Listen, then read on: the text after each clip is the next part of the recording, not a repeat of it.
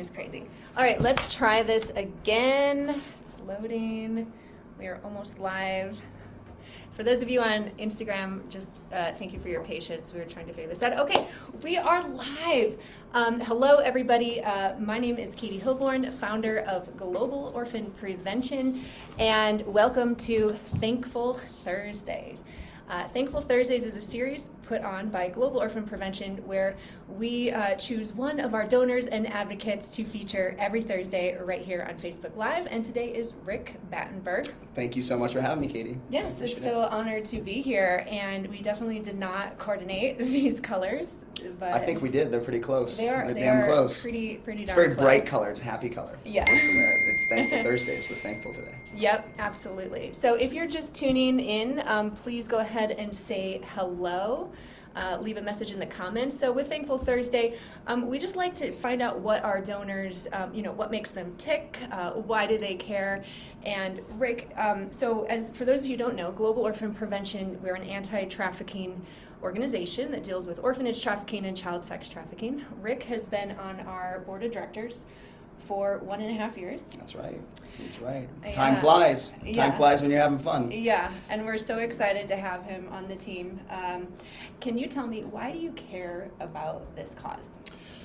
I had a very visceral reaction to the cause that we're supporting, and not just, obviously the child trafficking is obviously a huge component of this, but just what's that led to, and all the curriculum development, all the people that you've helped domestically and the things that you're doing internationally. I was very attracted to, frankly, I believe in people, right? And I believe in your ability to get something done. So, a few other members of the board, really powerful people, and you've got a lot of really good help around you, and I thought that I could help and I could contribute to something that made me feel icky, I guess, in the simplest of terms, as I felt bad and very viscerally affected by what you were trying to help with, and I saw an opportunity to help with doing something like that, and so and beyond that, I think you can get it done, and you keep proving it. So it's good to have people around you that that can help you, that can give you the resources and things that you need to be successful. And it takes Emerson said that the organization is just the long shadow of a single man or woman in this case. So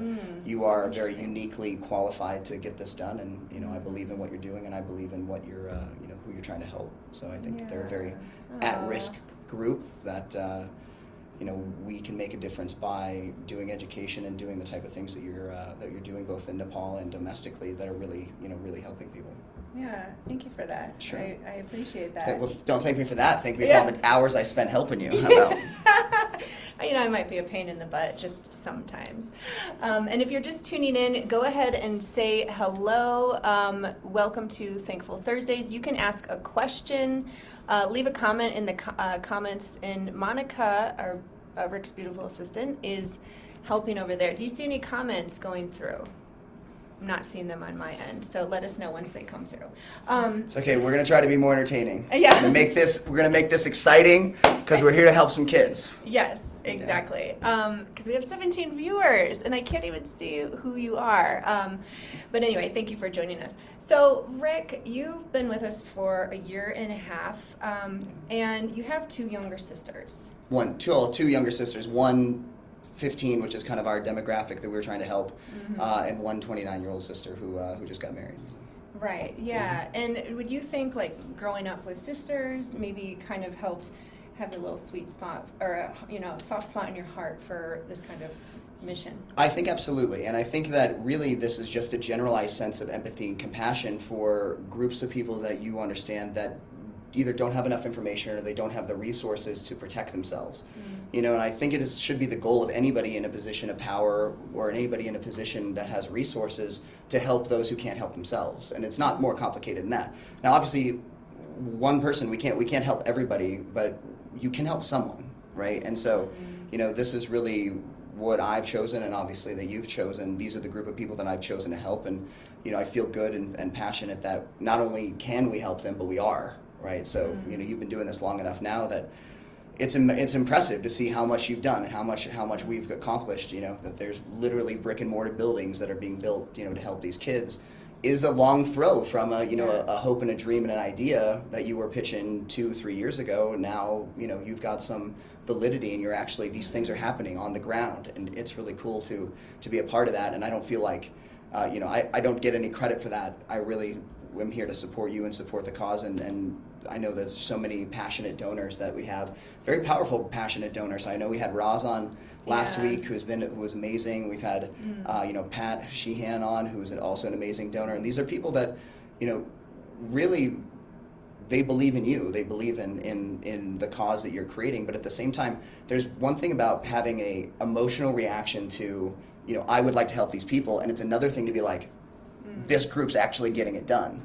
You know, I actually my mother did some research on our charity, and she's a pretty big skeptic, and you know she Yeah. was looking at all of the different research, all the charity boards that kind of rate charities about based on how much money goes to the kids, and she was blown away that you know you have AAA ratings across the board on everything. Yeah. So that made my job very easy as I'm getting them to buy tables. So Yeah. if you're watching at home, September 18th, we're going to do a gala. You're Yes. all going to be there because it's going to be a great little event. And I think the last gala you threw had what 400, 500 people at it.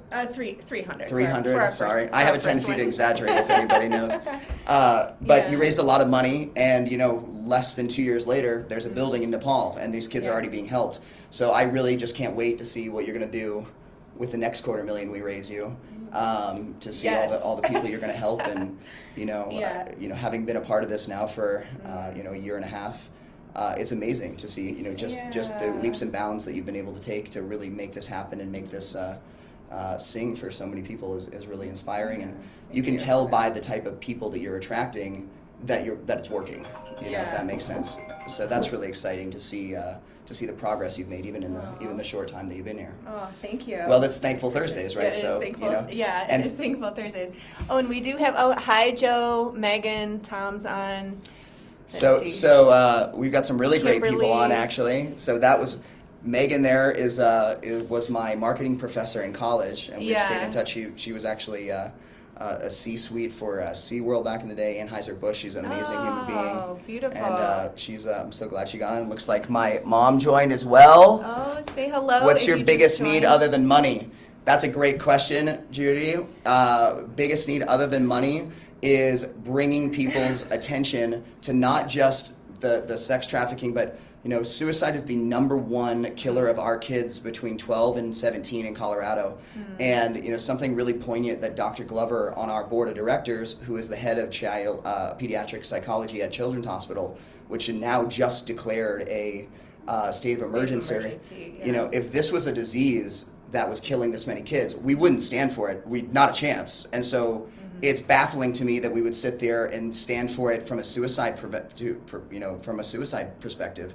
And we're going, okay, well, we really need to be addressing this. And what we realized, and what I think Katie and the board really realized over the last year and a half, is the inflection point that we may be able to really accomplish things for preventing sex trafficking. Because one of the biggest misconceptions that I had, especially when I joined the board, and it wasn't an assumptive thing as much as it is our perception of sex trafficking is like, okay, somebody gets kidnapped in the middle of the night.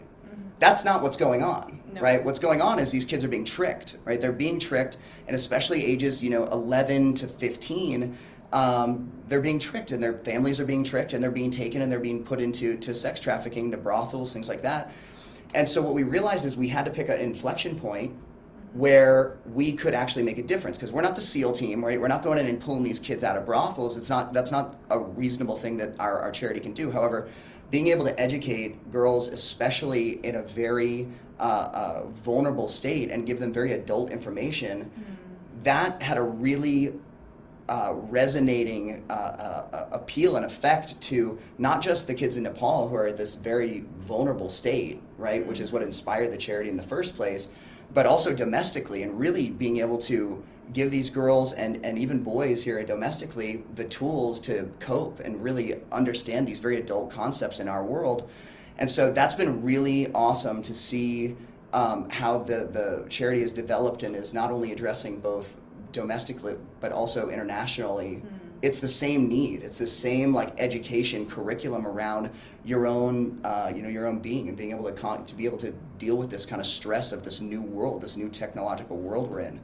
And that's been just totally illuminating. So when I say that the thing that the most important thing outside of capital is bringing that to the forefront and understanding that the biggest problem we have for kids, both domestically and internationally in that age group, is mental health, right? It's not, we're dealing with vaccines, we're dealing with these things, but what we're not dealing with is teaching these kids how to cope. There's a year-long wait at Children's Hospital for pediatric psychology. A year, 1 year, right? Like, how many kids are gonna die because of that wait? And like, what can we do to address that? And it's really bringing attention to going, hey, this is a really big problem that we're not addressing, and it's because it makes us feel bad. It's just like, okay, well, it's not my kid, right? This won't happen to my kid, you know. And I've got a 15-year-old sister who knows 5 different people who have killed themselves, which is a tragedy. And I want to clarify what Rick is talking about is our Nepal program is anti-trafficking, but we're actually opening up we have opened up a brand new Denver program right here that's suicide prevention, and that's under a new brand that we'll be launching at the gala called Compass Rose International. So he's talking about the critical need for suicide prevention right here in our own backyard in America. Suicide rate amongst teens has increased 56% in just the last decade alone. Right. And you know, we have another board member that's really amazing, Dr. Glover, who runs pediatric psychology. Megan, Tom's on. And we've got lots of really excellent human beings who are guiding this thinking, and really we've chosen that as an inflection point to go, okay, well, how do we address this? You know, in Nepal, how do we address this in the United States? And really what it's boiled down to is this mental health, right? Yeah. So, you know, why you want to talk about a little bit about what inspired the charity in general? Like for the new Denver No, for what started, like what happened, Global. Oh gosh. So come on, paid speaker. Let's go. Let's go. So Global Orphan Prevention, it was founded to stop orphanage trafficking, and then after the earthquakes in 2015, that course corrected to add on anti-sex trafficking. And we operate in Nepal and India. I think somebody had asked that question. Global Orphan Prevention operates in Nepal and India. Compass Rose is Denver. So I'm talking about Global Orphan Prevention. After the Nepal earthquake, we were delivering disaster relief like tarps, rice, things like that. And when we arrived to this remote access Himalayan village, we realized all these girls had been kidnapped. Right. In the chaos of the earthquake, they were snatched and then taken south to India and sold into the brothels. So there's some good questions here. So I'm going to lean forward. You're going to have to look at my face here as I lean forward. It's a cute face. No. Well, so there's one question here from Ashley. Hi, Ashley. Thank you so much for joining us.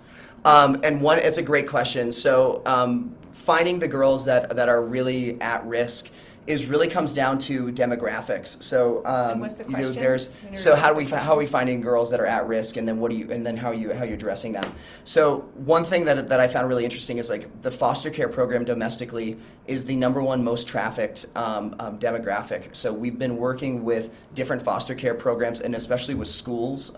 So with running beta programs on the new curriculum domestically, and internationally is a lot simpler. Internationally, we just got done building a huge learning center in Nepal, which was exactly where you were originally working.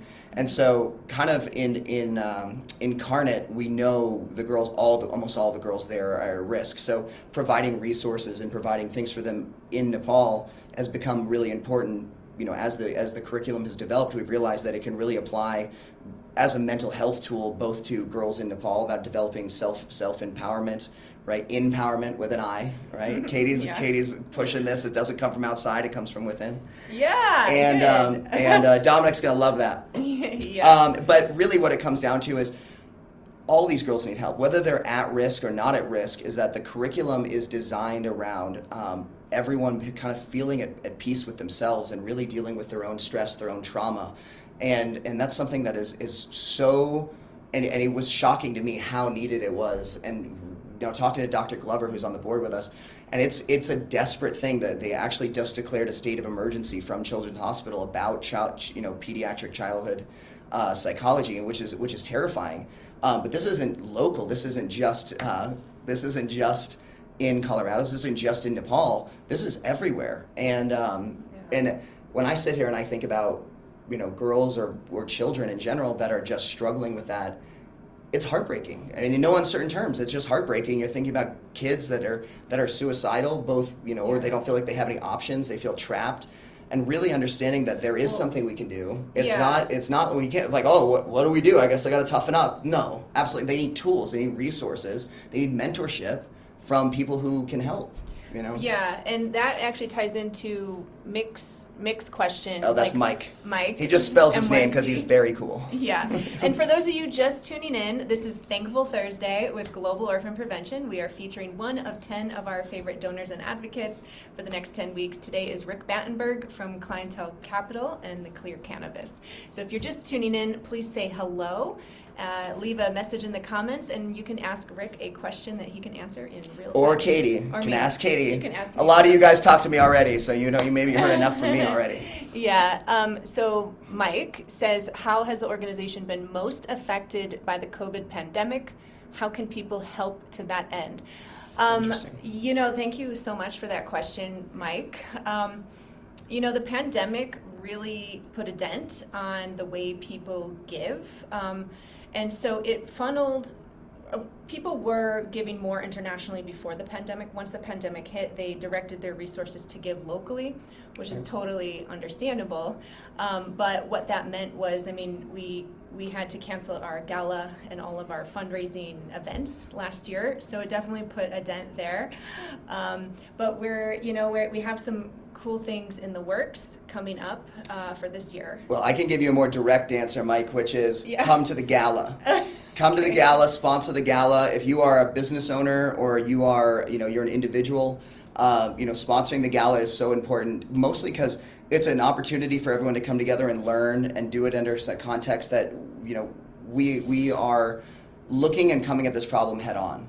We're not hiding from this. And that's one of the things that I think that people don't understand is that coming together and talking about these issues is so important, right? It's not just we hide in the shadows because it makes us feel uncomfortable, but really put it on the table and go, kids are killing themselves, period, right? People are being sex trafficked. And, we're not gonna be able to save everybody, but if we save one, right, what's the cost of one human life, right? And when I sit there and I go, okay, well, you got a charity that is a AAA plus rated, that all the money is going to these kids, and at the very least, I know that they're helping. I know that they're coming in there. So Nick has a question because what are you attributing the increase in suicides to? So Dr. Glover very clearly is, and this is the pandemic, which has exacerbated a lot of existing agoraphobia in kids. But you got to really try to think back to when you were a kid. You were 13, 14, 15, 16. That's a hard enough time already. And just to think about, okay, well, now they're in their phones all the time. They haven't really seen people. And social skills are something that are developed, not something that is intrinsic. And it's really sad to see these girls, and especially people that, 14-year-old girls can be really mean to each other, and especially on the internet. So there's so much of that. Human beings are social creatures, right? We exist in society for a reason, that we're more functional together. And that's as evidenced by when our young, literally our children are young, they can't fend for themselves, which is the best example of any kind of mammal that requires, a society or social construct to be functional together. But that doesn't end once they can figure out how to feed themselves. We are such high-minded beings that we require a time and attention, and and when you don't get that, when everybody's plugged into their computers, not paying attention, people can feel alone and lost, and they don't know what they're supposed to be doing. They don't know where they're supposed to be. And think about how hard that was when you were 15. And now think about okay, you didn't have your friends, you didn't have anyone to give that kind of social feedback. And it's unambiguous, right? Yeah. We're seeing it in the numbers, and it's devastating. Yeah. Like Rick said, it's compounded. The social isolation of the pandemic, plus 10 years of our social media lifestyle. I didn't have that when I was in high school. I'm only 38, but we didn't have that. Yeah, it can be really devastating, frankly. For those of you just tuning in, say hello or ask a question to Rick. This is Thankful Thursdays with Global Orphan Prevention. This is Rick Batenburg. So, Carrie, thank you for the question. How can you find the levels of sponsorship? So, there is a page right now. All you can do is buy tables because the gala is going to be hosted at the Inverness here in DTC. So if you're a business, you can find the levels of sponsorship. There's also right now, there's a live auction. So I spoke about earlier, we just got finished building a learning empowerment center. Yeah. And hopefully not as much of an orphanage as it may need to be, but there are lots of different rooms there that what we've decided to do is auction off each of the rooms. So will be plaques being made and you can sponsor that room. And when I say sponsor, what that means is that we're going to furnish the room, you get beds in there depending on if it's the dormitory, if it's the securities guards.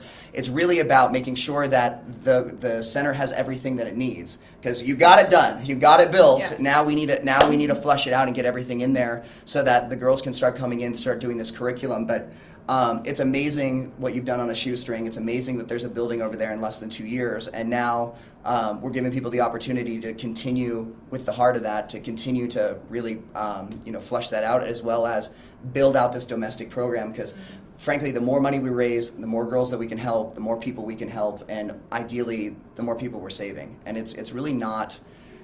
It's not as simple as you might think. We're not the Navy SEALs. I see a question here.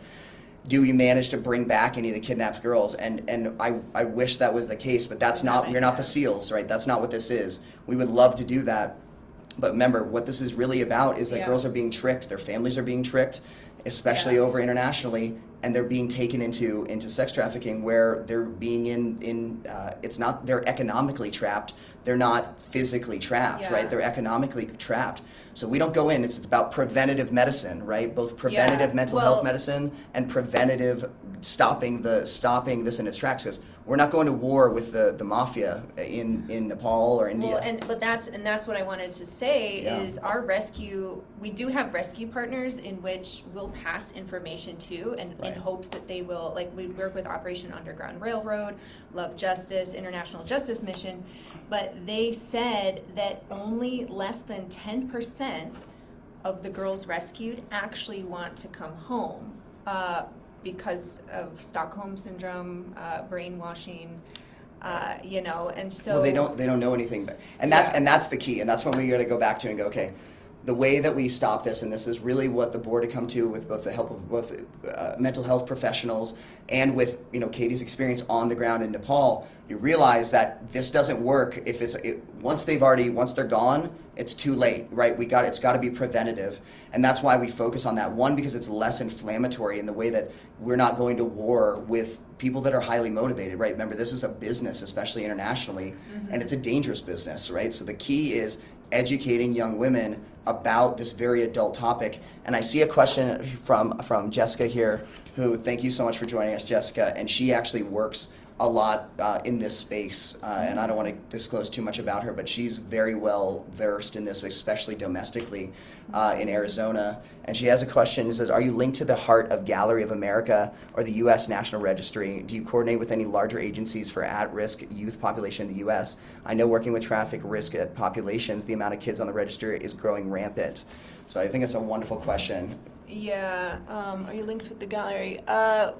U.S. now. You know what? We're not in any registry, just because right now we're collecting data on our Nepal and India populations, and there isn't really a registry there. Love Justice actually does something similar to that, but nothing here in the U.S. And it's important to understand that this charity really started in Nepal, and so a lot of the work that's been done has been focused on Nepal, and the new domestic program has really been a result of us realizing that the way that we were addressing the trafficking in Nepal can be applied to both domestic and internationally. And so this whole push towards making sure that the kids in foster care and working with the different schools for these mental health programs, that has really been a component of making sure that, hey, we're addressing this head on, right? So preventative medicine, is really the key. So, we're not going in and going, okay, well, who's been trafficked and how can we pull them out, as much as we're going in and trying to prevent that, and that comes down to education.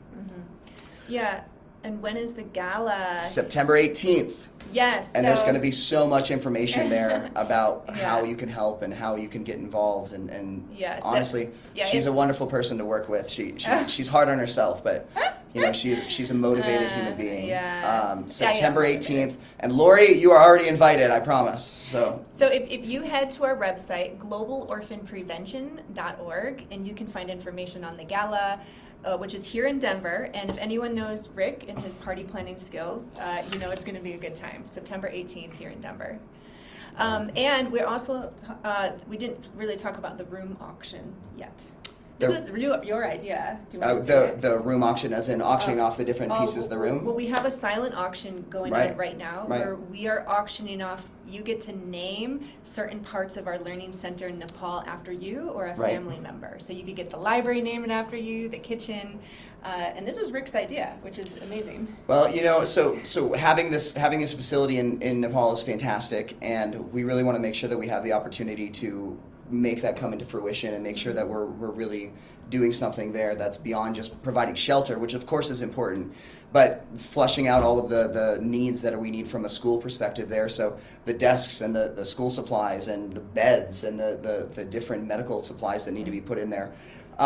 So each room in the new Empowerment Center, Learning Center, is going to be auctioned off. So there's a silent auction going on right now. The culmination will take place at the actual gala where we'll announce who's going to have their name on all these different buildings. And you can name it whatever you'd like. You don't have to name it after yourself. You can name it after a friend that passed or someone that you care about. Family. I know that my mother was looking at naming a place, and do it in the name of somebody that you think is that would care about it. I've got a 15-year-old sister who, sometimes she struggles with mental health and just like I did, and just like I think a lot of people do. Oh, yeah. And understanding that there is a way to help, and it's not about, I think sometimes people get caught up in trying to prioritize who's important and who's not important, or like, oh, okay, well, why are we helping people over there when we've got people here, or why are we, right? And you're like, whoa, like, listen, we're helping people in general, right? You're trying to help people, and the inspiration for this is both helping people domestically and help whoever you can, right? Help whoever you can. And I think we've done such a wonderful job of addressing the needs of the people that really tugged at our heartstrings, and that's the inciting factor for the charity in general was those girls over there. So we don't want to leave them hanging just because we go, oh, okay, well, there's girls here who need this too. Well, you know what? We're going to address both, and we're going to do everything we can to address both, and we need your guys' help for that. We need your time, attention, your support, and your money. Right? Come to the gala, name a room. It's gonna be a lot of fun. Yeah. We're gonna learn. It's not gonna be all sunshine and rainbows, but it's also not gonna be all a drag, right? Like we can rejoice in the fact that we are doing something. Right? It's better than a gala you're not doing anything at. and we still are looking for sponsors for the gala. So if you have a business or you know someone that has a business, you can get your brand in front of hundreds of people. So let us know. And we'll put all the links in the comments now, or actually our beautiful assistant Monica over there will do that. She's back there typing away. Yeah, she's typing away. Obviously we're super happy. Okay. We're super happy for anything that anyone can do to help.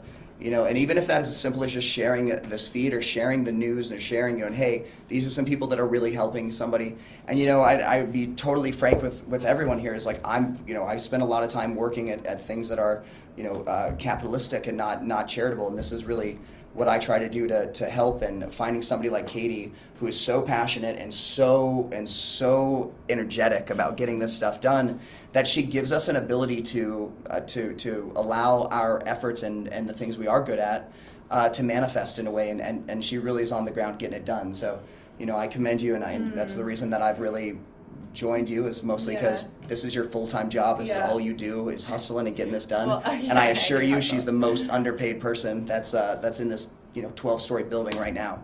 And we're so honored to have Rick on our board, and Monica behind the scenes actually attends all of our board meetings, and it's like amazing. You keep him in check. You remind him what he said he was going to do. It's like amazing. So that's right. Somebody's got to be. Somebody's got to be. Yeah, doing come here, it. Monica. Will you come in really quick? I got to move down the chair like we're we're on Letterman. Letterman. Oh, you can just sit. You can just sit in. Okay. Can we all fit in? Yeah.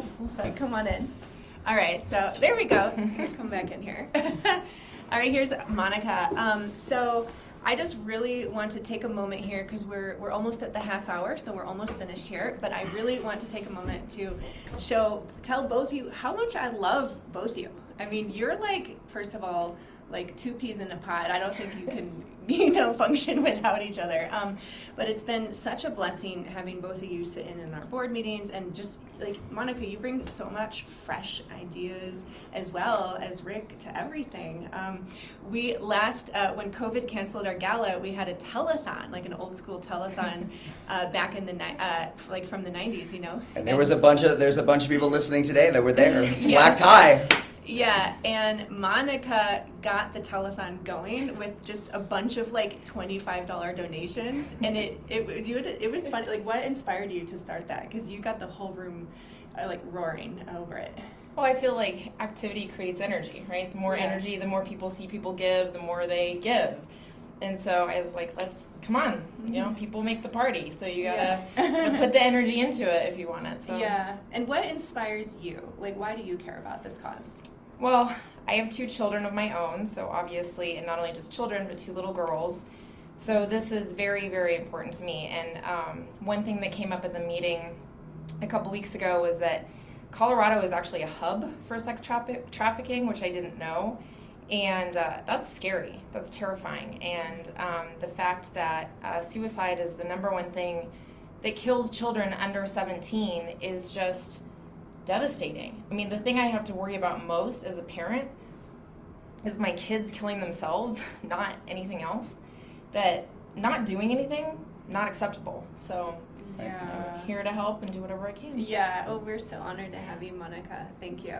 And thank you so much for all that you do. I don't like to stroke his ego too much, but he is I don't need it. I don't need it. You know what? We've got a lot of smart people around us, and Katie's done a wonderful job assembling a team. So you have a unique way of motivating human beings. So we're here to help, and it's evidenced by all the people that were so nice to join us here and watch and spread the word. So we're so happy and so grateful that people are supporting this cause and understand how meaningful it is to give to somebody who is making it happen. I mean, at the end of the day, that's what it comes down to, is that you can choose to spend your money or your in donations wherever you want, but spending your money and time and energy on somebody that is going to do whatever it takes to get it done get it done. Is the most important thing, right? So I feel very confident that when I spend my time, money, energy, and effort helping you, that I know that is going to be exacerbated tenfold, and that's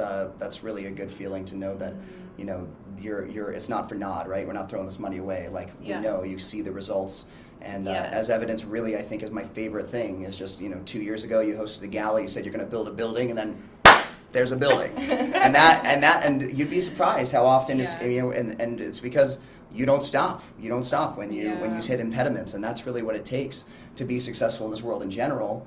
And I think that's really the beautiful thing of what you're giving to these girls is that kind of go get it, like you are powerful enough on your own, you can get this done, and just your spirit being at the front of this is so important. I think in the way that this is all culminated and would come together is that you're taking something that this isn't just lip service, like you live and breathe this. I watch you do it every day as you're hammering Monica to make sure you're on my schedule.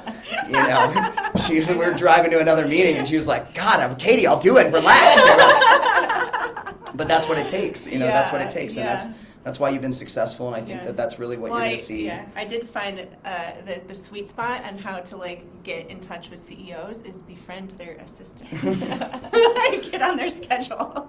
Looks like we have a question. Can teenagers volunteer? Absolutely they can. And in fact, we're running beta programs right now with the curriculum that's specifically addressing teenage mental health. And once they've gone through the curriculum, we have this amazing mentorship program that not only do they become a graduate of the Compass Rose International curriculum, which makes them eligible for sponsorship or scholarship, but it also makes them a mentor to the other girls and eventually I think we're going to do some boys as well that are coming through this program. And you'd be shocked how often that not just the mentorship from someone mentoring you, but you being a mentor becomes, right? So you start to see really why that's so important.